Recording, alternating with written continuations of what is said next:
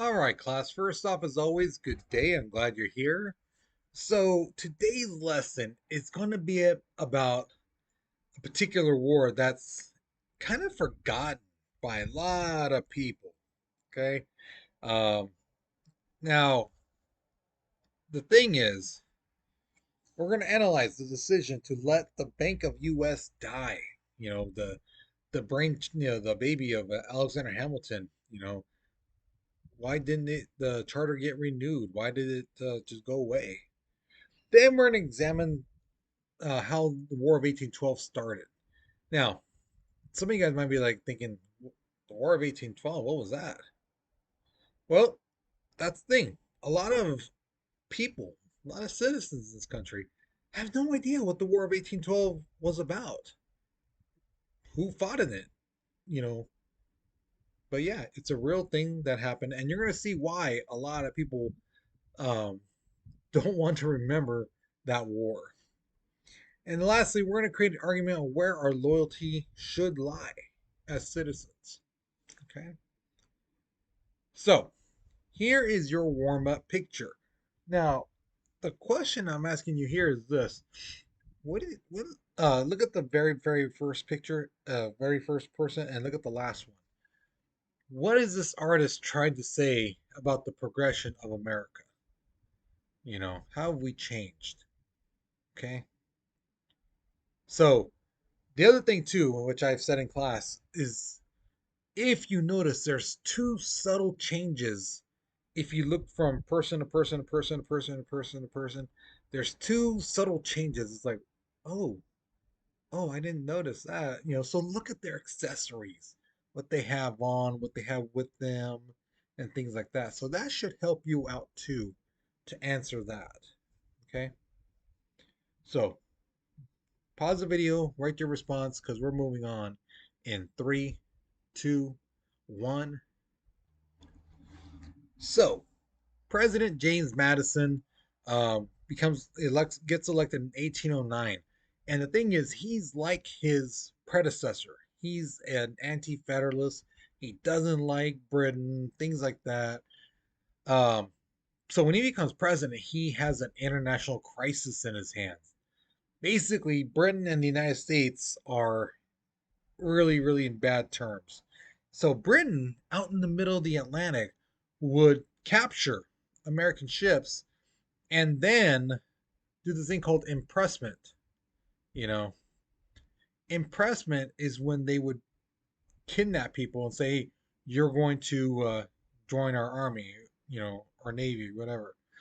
Um, the other option was, or we could throw you overboard and leave you in the middle of the ocean. Now, some students said in class, well, why didn't they just swim, to shore? Guys, it's the middle of the Atlantic. If it takes months for a boat to make it to land from one side to the other, you're not going to survive out in the ocean. You can't be without water for 3 days, and you can't drink seawater. Seawater actually hurts you more than just you not drinking at all because it's full of salt. You know, so yeah, you're not going to survive. The other thing is there were American citizens who tried to incite um, some anger towards the British. So they would tell people, yeah, I heard that the British are telling the Native American to attack our settlers, the white settlers. Now, like I said in class, did Native Americans attack settlers? Yes. Okay. But the thing is, you have to remember, a lot of these settlers just moved out west and plopped on a thing of land. Thing is, that land, it's where the Native Americans were hunting and they lived nearby and stuff like that. So they would look at the Native Americans like, oh, you're invading our home. And it's like, no, no, you came to them and settled in their land, you know. And of course they felt, no, no, this is my place, this is my area, I have to protect it. So they would attack the natives, and natives would then attack them. But of course they didn't want to talk about, oh, we had shot them first, we attacked them first. No. We invaded their home area first. No, they don't want to talk about that. But oh, we're the victims. Oh, we're being attacked. And so they said, oh, it was the British telling the natives to attack. Okay. Now, Thomas Jefferson, when he was president, the predecessor, he knew he couldn't attack Britain because if you remember, he cut the military. He made it weaker. He made the government weaker. That was his goal. Okay. And so he knows I can't attack them. So let me try to hurt them economically. And the thing is, America's just starting off. It's barely getting on its feet, you know. So we can't do much against Britain. Britain's been established for thousands of years. You're about a good 1,000 years. Um, we're not going to hurt them. Okay. Now, when Madison becomes president, he does the same thing, and he's actually a little bit more successful. Because here's the thing: a lot of countries around the world that were basically taken over by the British, used as colonies, they looked at us, the United States, and said, you know what? If those colonists can beat the British for independence, so can we. So a lot of little countries around the world are fighting the British to get their independence. And so Britain is stretched thin. Soldiers are everywhere. They're spending money you know. you know. So, yeah. Now, the thing is, Britain sends some delegates over to the United States. And these delegates are like, okay, we're going to get to Congress, the United States Congress. We're going to tell them, hey, uh, let's have some peace. Let's come to some, you know, agreement.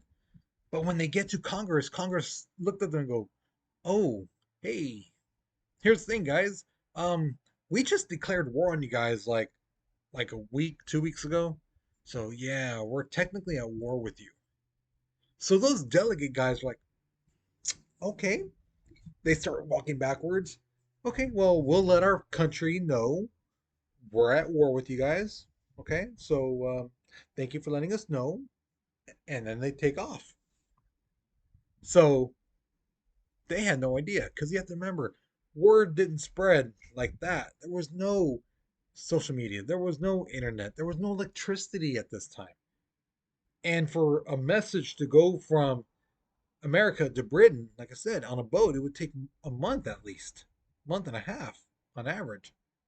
So, yeah.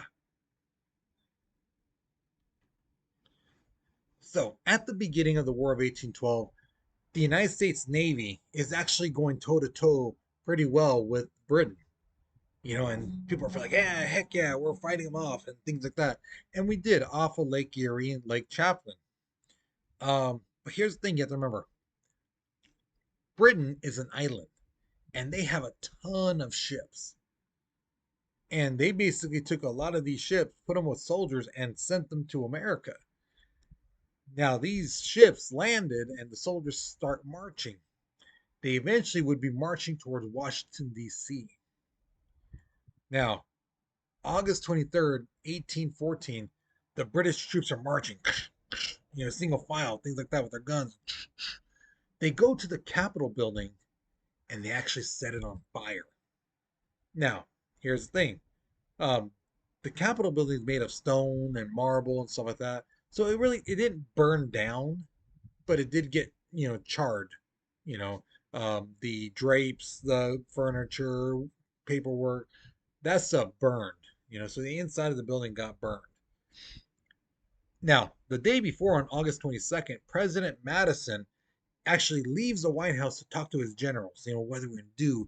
What are we going to do if the British come this way? And things like that. How can we attack them? And maybe do a sneak attack and surprise them. You know. So at the White House, it's the First Lady, Dolly Madison, and some people, some staff members and some of that. But news comes that the British just burned the Capitol building and they're marching towards the White House. So Dolly Madison's like, all right, we need to get things together. All right, you guys get these documents. You guys get these national treasure stuff. You know, anything that's like worth the value uh to the government and the people and stuff like that. So she's coordinating. Now she's about to leave, but she goes back and she grabs the portrait of George Washington because she knows if this is left behind, the British are gonna like maybe put a mustache on him, maybe like do something to it, maybe even just straight destroy it. So she gets it and takes off. She leaves behind her personal belongings, her clothes and things like that, even the president's personal belongings. Okay. Here's the thing, that portrait of George Washington still hangs in the White House. If I remember right, it's in the ballroom. So, yeah. Now, the British on August 24th, they get to the White House. They basically open the doors and they go through and they're looking. It's empty.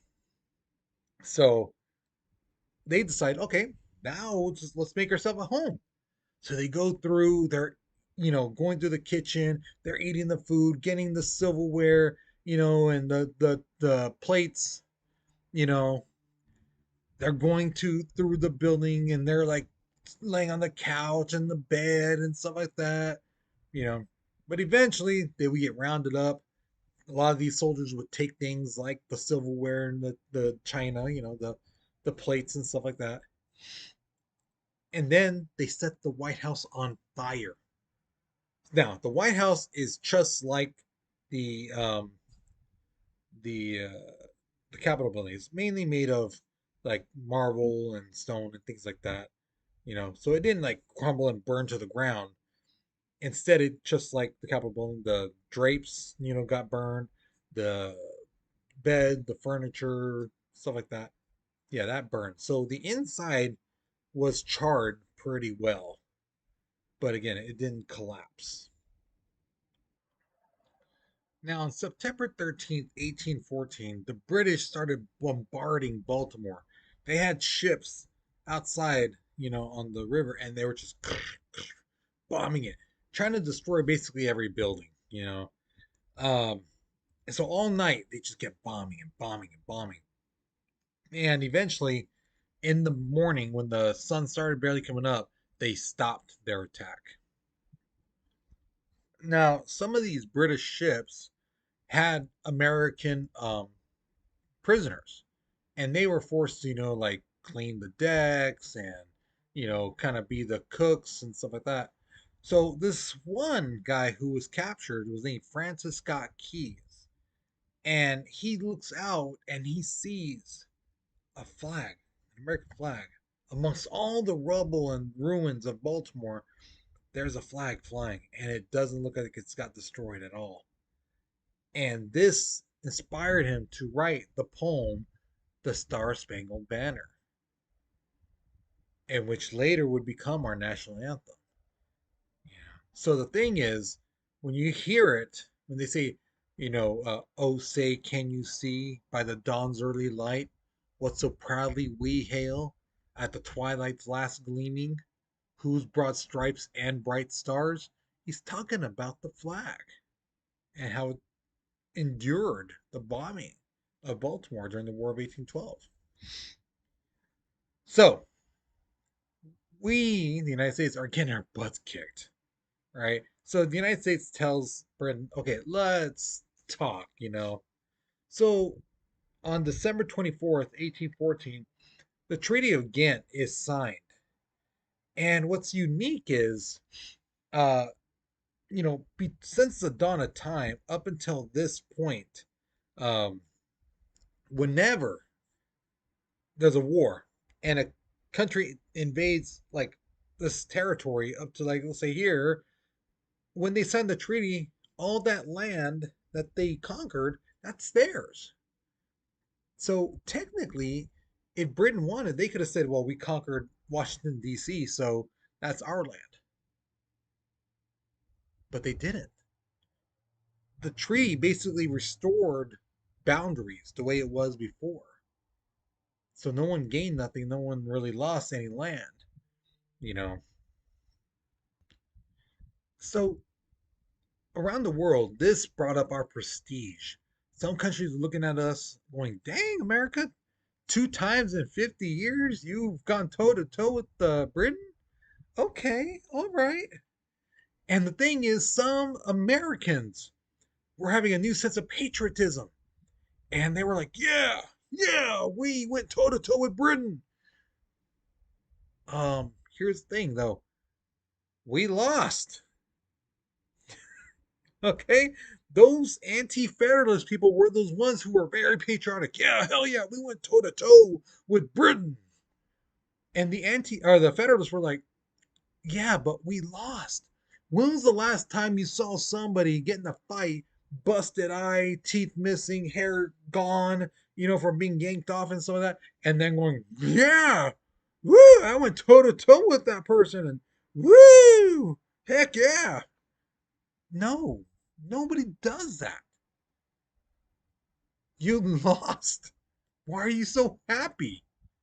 Why are you so proud of yourself? But that's how America was. And it's because of that. And because remember, these anti-federalists were like, "Oh, those federalists, they didn't want us to go to war. They're a bunch of sissies." Yeah, it's like, and the federalists like, "Yeah," and we lost. We knew we couldn't go toe to toe with Britain. We know. So that's why we're trying to avoid this war. So because of that, this basically destroyed the Federalist Party. People are like, "Yeah, no, they're a bunch of sissies," and it's like, no. So here's the thing: there was supposed to be a renewal for Alexander Hamilton's bank, the one he created that helped us get out of debt, that united our dollars. So instead of having a New York dollar, Delaware dollar, a Rhode Island dollar, it united our money so that we could go from place to place and spend our money, and you wouldn't have to be like, oh, I can't take that dollar. That's from Pennsylvania. You didn't have to do that. The reason why it wasn't renewed was because the people now in charge of the government, the anti federalists, didn't like Hamilton. They thought this bank gave the government too much power. So that's why they didn't renew it. And that's why they let it die. Now, some people were like, wait, so what are we going to do with the banks? And that's when the anti federalists were like, oh, well, because remember, they don't want the federal government to be strong. They want the states to be strong. So they said, the states will create a bank, and people who are wealthy, can start a bank. Now, here's the bad thing though: those banks didn't give like legitimate dollars because they couldn't. They couldn't make the federal dollars anymore, so they made their own banknotes. So if you look at those two right there, that top one says National Bank of Pittsburgh. You know, and it's like, huh? And it's like, yeah, you couldn't take that dollar to New York. You couldn't take it to, South Carolina because that's the thing for Pittsburgh. You know, and what they used to do was basically say, okay, give us your real money. The banks would say, give us your real money. We'll give you these notes, and then when these notes come in, we'll pay the the business. So they're trying to kind of like being like middlemen, you know. And because of this, because these guys didn't learn from the Articles of Confederation back when they did the same thing, um, things got bad. The price of stuff rose up. There wasn't a government.